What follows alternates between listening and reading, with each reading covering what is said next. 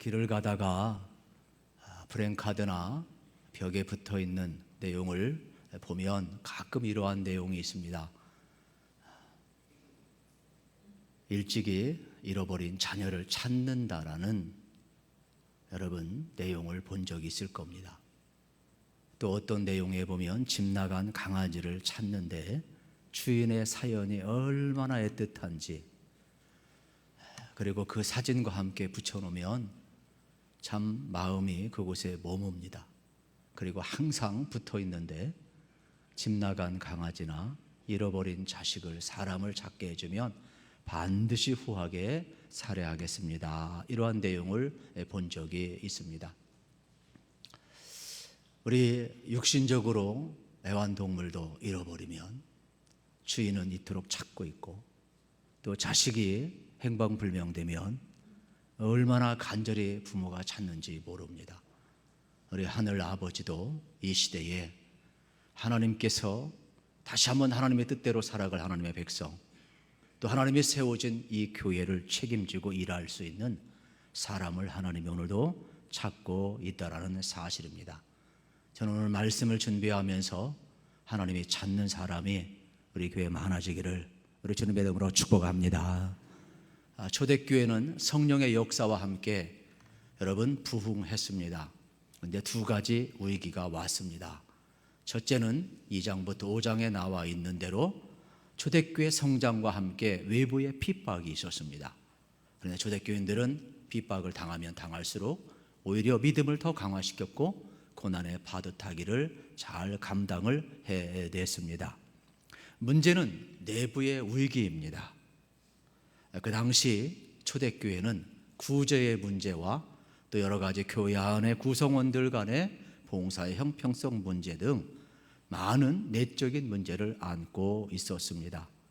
그 중에 대표적인 것이 뭐냐? 베드로가 설교했을 때에 한 번은 3,000명이 회개하고 돌아왔습니다.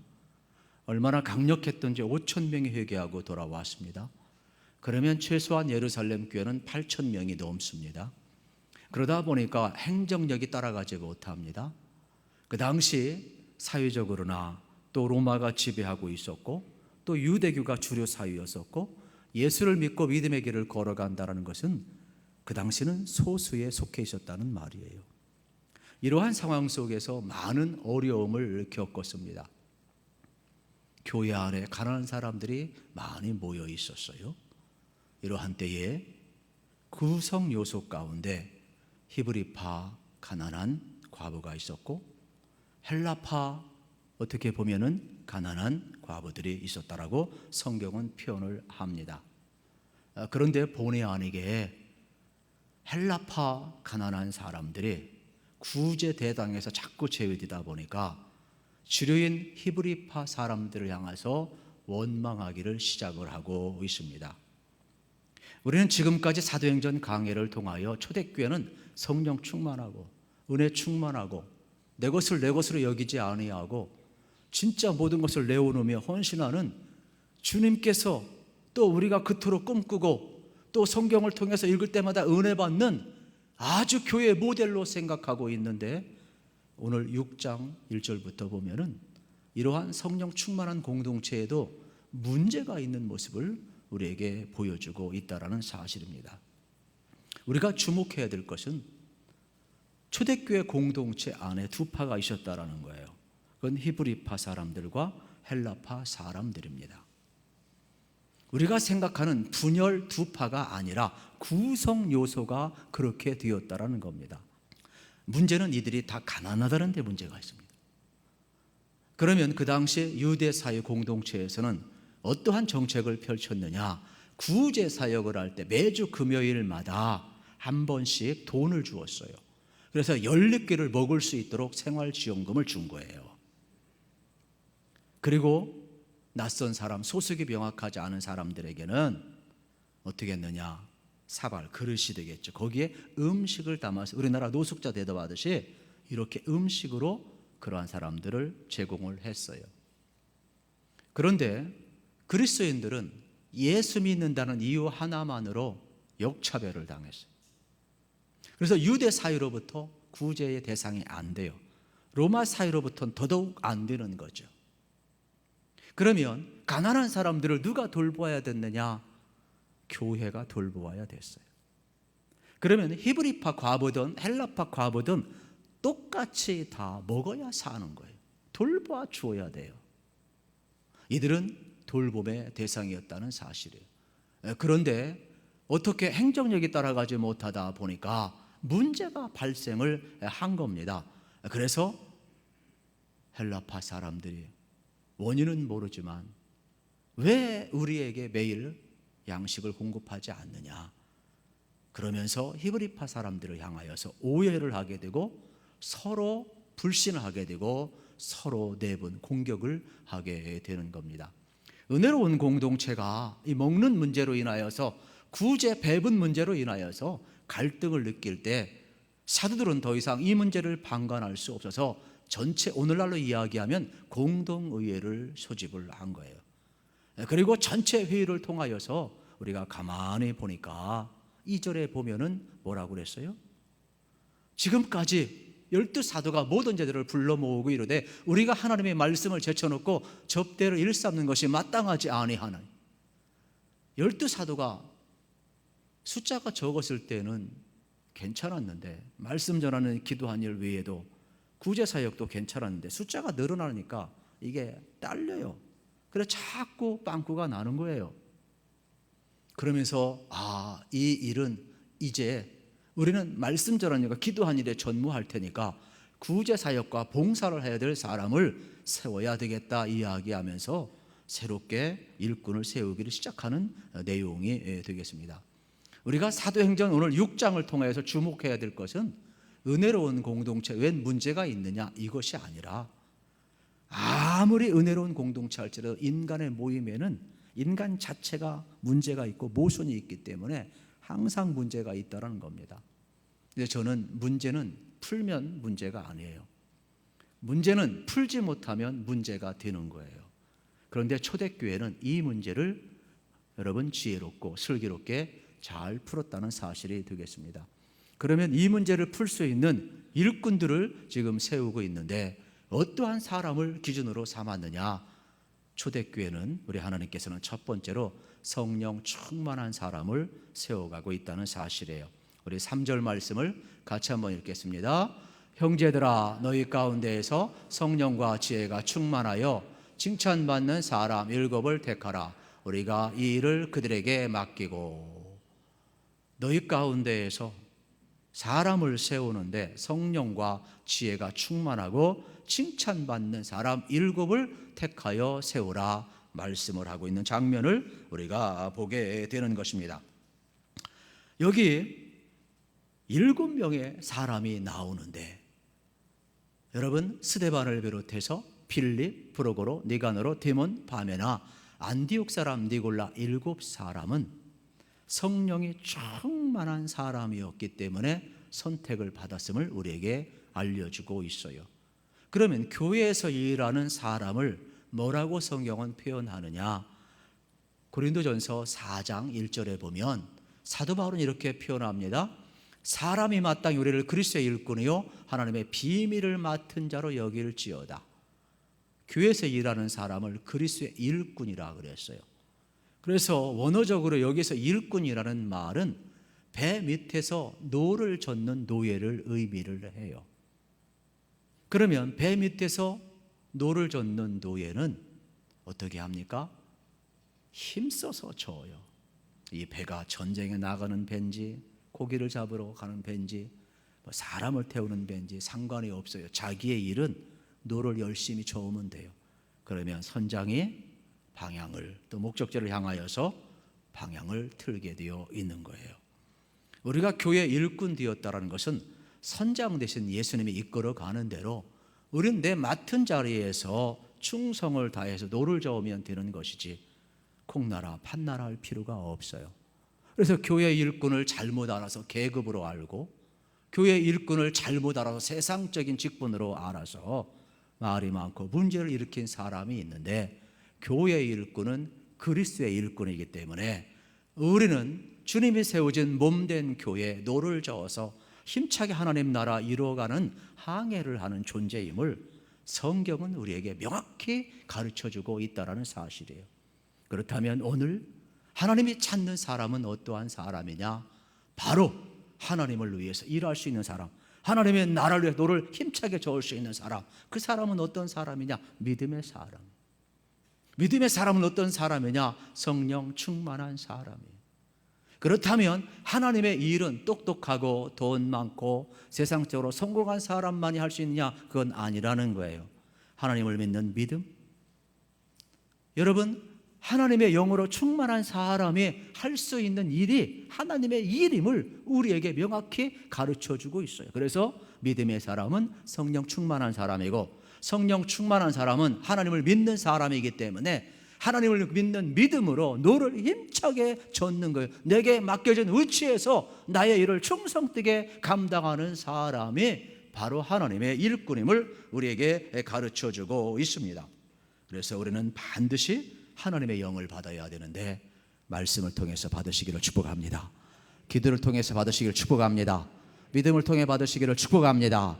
그래서 우리 예수 믿는 사람들은 반드시 여러분 성령님을 사모해야 돼요. 환영해야 돼요. 인정해야 돼요. 영접해야 돼요. 의지해야 돼요. 그래서 기도를 통하여서 하나님의 영이 내 안에 머물러 있어야 된다라는 사실입니다. 우리는 내 힘으로 여러분 신앙생활 하려면 되게 힘들어요. 그래서 8월에 암송구절 수고하고 무거운 짐진 자들아 다 내게로 오라 내가 너희를 편히 쉬게 하리라 그랬어요. 인생은요, 내 힘으로 살려면 다 힘들어요. 수고의 짐. 여기 수고의 짐은 내 힘으로 하려고 하는 거예요.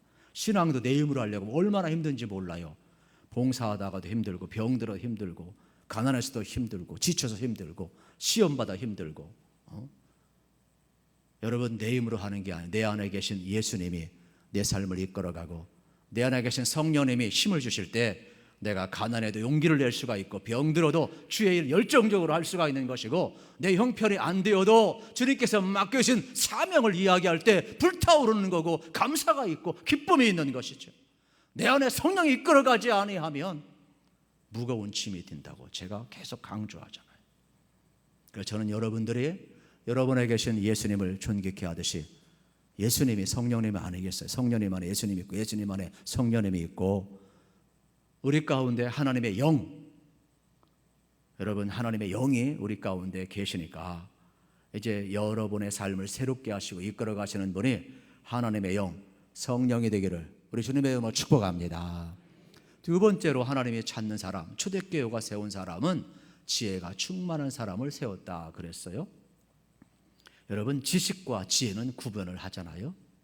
지식은 우리가 배움을 통한다든지 경험을 통한다든지 어떤 학습을 통해서 많은 것을 얻는 통계적인 그러한 소유적 개념이 되겠습니다. 그런데 지혜는 그렇지 않아요. 지혜는 특별히 분별의 영인데, 지혜는 성령님께서 우리에게 주시는 은사인데 하나님의 뜻을 구분하게 하는 거예요. 선악을 구분하게 하는 거예요. 하나님이 기뻐하는 것이 무엇인지 기뻐하지 않는 것이 구분하게 하는 거예요. 세상 사람들처럼 꾀돌이가 지혜가 아니에요. 약사 빠른 게 지혜가 아니란 말이에요. 선악을 구별하는 게, 하나님의 뜻과 하나님의 뜻이 아닌 것을 구별하는 게 지혜라는 거예요. 그래서 성경 안에 하나님을 경외함이 있고, 성경 안에 악과 선의 구분이 있고, 이 세상 불의한 세상인지 악한 세상인지 선한 세상인지 판별력을 가져주는 게 성경 말씀에 있는 거예요. 그래서 하나님의 말씀에 능통한 자는 세상의 불의를 구분할 줄 알고 불의에 저항할 줄 아는 게 지혜로운 자이지, 선행하는 자가 지혜로운 자가 아니란 말이에요. 하나님의 뜻에 선행하는 자가 지혜로운 자이고, 하나님의 뜻이 무엇인가를 알아야 돼요. 지혜로운 자는 자기가 죄를 지었는데도 뻔뻔스럽지를 않아요. 지혜로운 자는 양심이 살아있기 때문에 자기가 잘못하고 죄를 지었으면 양심이 괴로울 줄 아는 거예요. 그래서 회개하고 돌이켜서 하나님의 기뻐한 뜻으로 갈 줄 아는 게 지혜로운 자이지, 하나님의 영을 받았음에도 불구하고 분별하지 못한다, 이건 성령의 은사가 아니에요. 그래서 여러분, 개인도 마찬가지지만 오늘 이 시대도 분별할 수 있는 영이 있기를 축복합니다. 그래서 우리는 이 시대를 여러분 지혜롭고 순결하게 돌파 나갈 필요가 있다라는 사실입니다. 우리는 이 세상을 살면서 너무 부와 영광과 세상적인 것을 구하기보다는 위로부터 오는 지혜를 구해야 하는데, 야고보서 3장 17절 말씀에 보면 이러한 내용이 나와요. 오직 위로부터 난 지혜는 첫째 성결하고, 다음에 화평하고 관용하고 양순하며 긍휼과 선한 열매가 가득하고 편견과 거짓이 없나니 그랬어요. 우리 지혜는 하나님으로부터 오는 거예요. 의로부터 오는 거예요. 그래서 여러분들이 하나님께 지혜를 구하시기를 우리 주님의 이름으로 축복합니다. 그래서 이 세상을 여러분들이 의로부터 오는 지혜를 가지고 여러분 승리의 길을 걸어갈 수가 있어야 되는 것입니다. 그래서 바울은 골로새 교회를 향하여 너희는 신령한 지혜로 하나님의 뜻을 구하라고 말씀을 하고 있다라는 사실이 되겠습니다. 그렇다면 초대교회는 하나님의 영이 충만하니까 분별의 영을 가지고 정말로 하나님 기뻐하는 뜻대로 살고자 하는 사람들을 세워가고 있다라는 사실이 되겠습니다. 우리 교회도 마찬가지죠. 여러분 성령 충만하고 분별의 영 지혜가 충만하여서 여러분들이 정말 하나님 앞에 쓰임을 받고 우리 교회를 건강하게 세워가는 초석이 되기를 우리 주님의 이름으로 축복합니다. 오늘 본문 속에 보면 7명의 이름이 나오잖아요. 공통적인 특징이 하나 있어요. 그 특징이 뭐냐? 전부 다 헬라파 사람들이라는 거예요. 성경을 읽으면서 얼마나 놀랐는지 몰라요. 여러분, 우리 인간적인 생각을 보면 히브리파 사람들이 주류예요. 그러면 히브리파 사람도 적당한 숫자가 있어야 되고 헬라파 사람들도 적당한 숫자가 있어서 분배를 해야 운영에 지장이 없어요. 그런데 초대교회가 세운 것은 우리 가치 기준, 세상의 기준, 우리의 일반적인 상식을 뛰어넘어요. 이들은요, 회전문 인사도 아니고 자기 라인을 세운 것도 아니에요. 그냥 기준은 딱 한 가지, 성령 충만하고 지혜가 충만한 사람을 세웠다라고 표현을 하고 있어요. 그런데 더 놀라운 사실은 5절에 보면 이 모든 일을 온 무리가 기뻐하였다고 그랬어요. 얼마든지 히브리파 사람들이 불평할 수 있는데 그렇게 하지를 않아요. 왜요? 기준점이 명확하니까. 그 기준점이 뭐예요? 성령 충만하고 지혜가 충만한 사람들. 그래서 세 번째는요, 칭찬받는 사람을 세웠다 그랬어요. 우리는 초대교회가 일꾼을 세울 때 성령 충만한 사람, 지혜 충만한 사람, 세 번째로 칭찬받는 사람을 세웠다는 말에 우리가 초점을 둘 필요가 있다는 사실입니다. 저는 코로나19 이후에 어떻게 목회해야 할까? 이게 백신이 하루아침에 개발되는 것도 아니고 우리의 삶에 이러한 불편함이 계속 지속되는데 어떻게 해야 될까? 그래서 많은 고민을 하고 연구를 하고 우리 교육자들과 함께 참 부단한 준비와 노력을 합니다. 이제는 원턴 원치 않든 우리가 어떻게 보면 다 대면할 수는 없어요. 이제 온택트 비대면의 시대에 온라인을 통하여서 온택트 여러분 이제 온라인을 통해서 만나야 되는데 이러한 변화의 시대를 준비하면서 어떻게 해야 될까? 이러한 관점을 갖고 있는데 한스킹 신학자의 이야기가 눈에 딱 들어왔어요.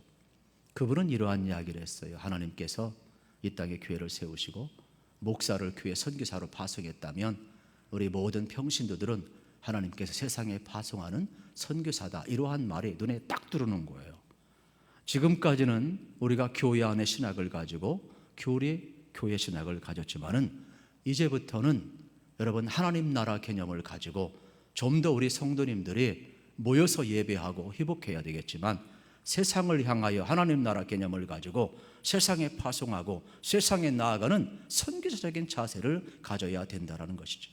저는 방향을 이제 거의 다 준비하고 끝냈습니다만은 이제 세상을 향하여서 나가고 파송하는 교회, 그러한 목회. 그래서 여러분들이 세상을 돌보고 세상을 치유하고 세상을 구원하는 하나님의 사람으로 사명을 감당해야 여러분 오늘 우리 사회 속에서 많은 위기가 있잖아요. 이러한 위기를 우리가 극복하는 일에 앞장을 설 수가 있다는 사실입니다. 특별히 우리가 이 땅을 살아가면서 다시 한번 생각해야 될 것은 세상의 평가는 참 다양해요. 세상의 평가는 IQ를 가지고 평가를 하잖아요. 여러분, 우리나라 사람이 얼마나 똑똑한지 제가 알려드릴게요. 특별히 여러분이 아시나 모르겠지만은 이 스위스 츄리히 대학의 토마스 폴켄 박사님이 전 세계 180개 나라를 조사를 했는데 IQ가 평균적으로 가장 높은 나라가 대한민국이에요. 두 번째가 일본이에요. 세 번째가 대만이에요. 어떤 독특한 몇 사람 말고 평균적으로. 그래서 우리나라 IQ가 평균 106이에요. 놀라지도 않아 그냥. 우리 옆 사람한테 합시다. 당신은 대단한 사람입니다.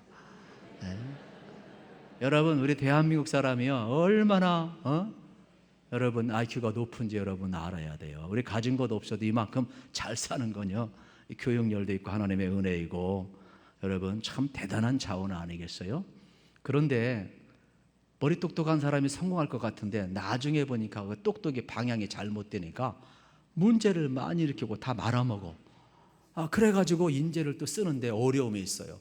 그러다 할 수 없이 기준점을 이제 EQ로 잡았어요. 감성지수를 잡았단 말이에요. 그래서 공감하고 다른 사람을 이해하고 마음 착하고 인성 좋은 사람을 택했어요. 그런데 요즘은 하나 더 하죠. MQ. 여러분 도덕지수를 생각을 해요.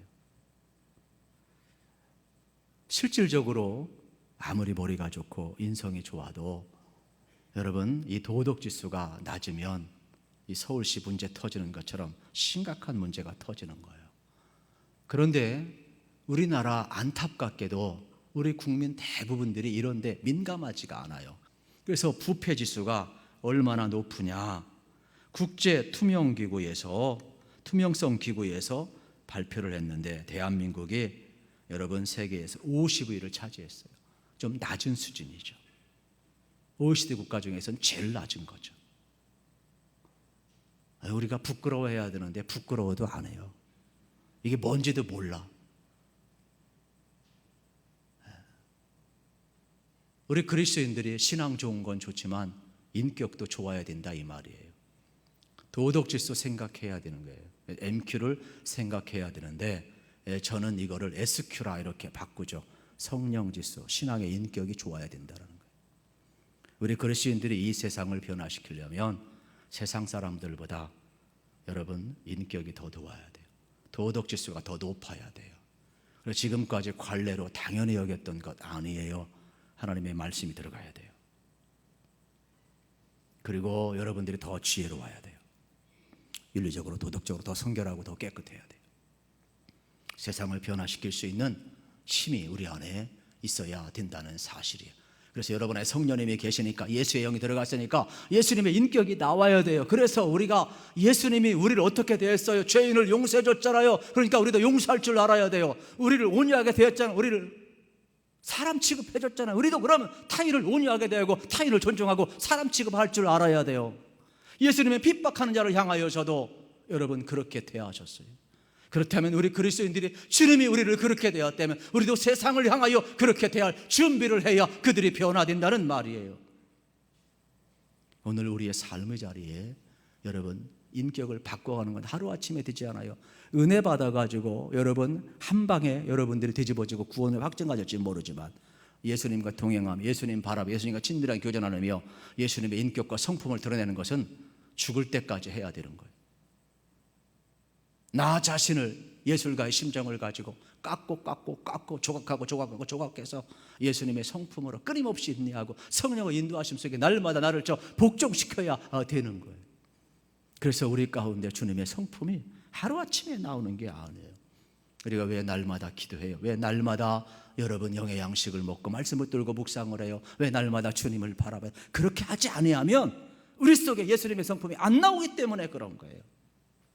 그래서 우리는 잊지 말아야 돼요. 하나님과 사람 앞에서 우리가 칭찬받는 사람이 되려면 예수님의 인격을 가져야 된다는 것을 여러분 꼭 기억하시고 하나님의 은혜가 여러분과 함께하기를 축복합니다.